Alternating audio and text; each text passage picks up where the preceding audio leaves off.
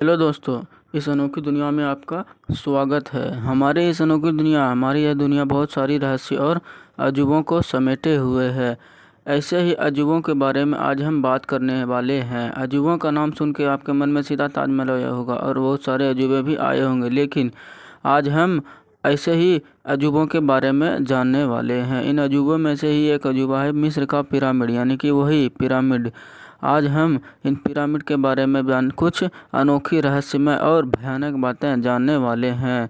तो चलिए पहले जानते हैं कि आखिर ये पिरामिड होता क्या है। कुछ रिसर्च और साइंटिस्टों का मानना है कि मिस्र में जो सबूत मिले हैं उसके आधार पर ऐसी आकृति जिसके 6 किनारे, 3 शीर्ष और ढालदार सतह हो और पर्वत के शीर्ष की तरह उनका भी पर्वत के शिखर की तरह उनका शीर्ष हो, तो यही होता है पिरामिड। आपको जहाँ भी ऐसी आकृति दिखे समझ लीजिए कि वो पिरामिड है। लेकिन बट हर पीली चीज़ सोना नहीं होता, उसी तरह हर पिरामिड मिस्र का पिरामिड नहीं होता। लेकिन मिस्र के पिरामिड की बात तो अलग है ना, क्योंकि इसके मिस्र के पिरामिड की बात तो ही अलग है, क्योंकि इसके स्ट्रक्चर और डिज़ाइन को देखकर हमें क्या वैज्ञानिक के भी छक्के छूट जाते हैं। तो यह इस तरह से ही डिज़ाइन किया गया है कि इसके डिज़ाइन को डिकोड कर पाना बहुत ही ज़्यादा मुश्किल है, क्योंकि इसको इस तरह से ही बनाया गया है कि इनके एक एक कलाकृति, एक एक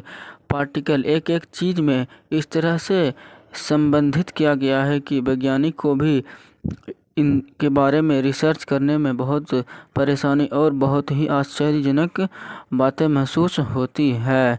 तो चलिए जानते हैं कि आखिर ये बनाया कब गया था। तो इसका शुरुआत आज से लगभग 5000 साल पहले इन पिरामिडों को बनाने का शुरुआत हुआ था। तो दुनिया में आज जितने भी पिरामिड मौजूद हैं उन सभी पिरामिडों का निर्माण काल एक ही था, आज से लगभग 5000 साल पहले। आज से 5000 साल पहले ही इन सभी पिरामिडों को निर्माण किया गया था।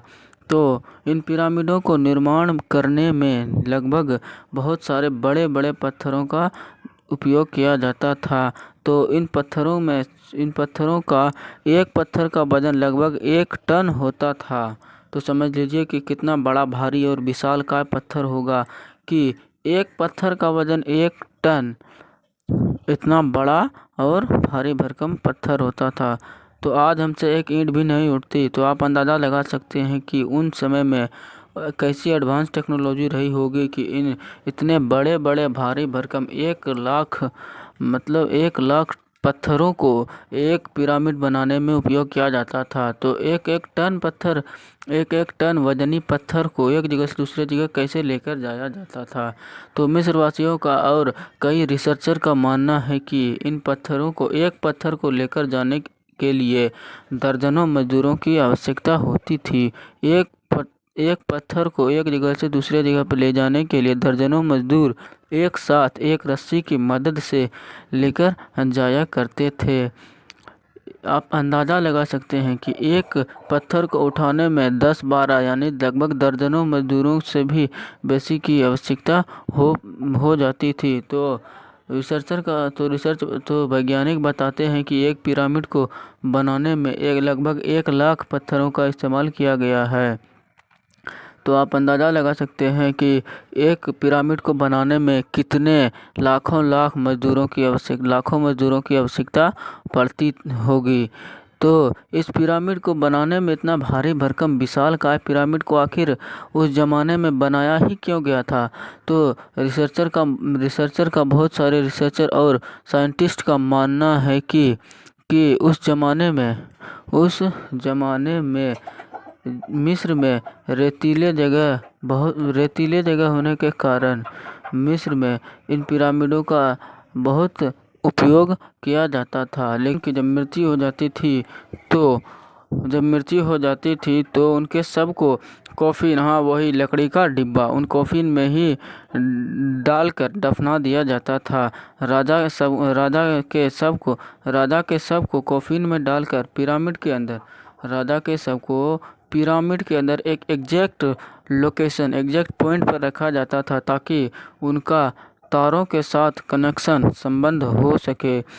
तो कनेक्शन हो सके। मिस्र वासियों का मरने के बाद की दुनिया में इतना तगड़ा विश्वास था कि आप अंदाज़ा लगा सकते हैं कि जब राजा की मृत्यु हो जाती थी तो उनके साथ उनके चेले चपाटे यानी कि नौकर, उनके नौकर चाकर, उनके हथियार, गहने, जानवर और यहाँ तक कि उनके पत्नी यानी बीवी को भी उन्हीं के साथ पिरामिड के अंदर कॉफिन में डालकर दफना दिया जाता था। तो दफना दिया जा सकता, आप अंदाज़ा लगा सकते हैं कि उनका ये बिलीफ सिस्टम कितना तगड़ा रहा होगा। क्यों?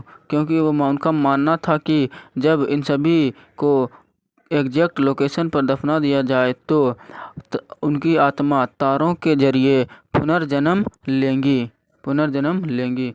इतना गजब का बिलीफ सिस्टम तो सिर्फ मिस्र में ही हो सकता है, क्योंकि आज के लोग जब मर जाते हैं तो हम कहते हैं खेल ख़त्म पैसा हजम। तो खेल ख़त्म पैसा हजम।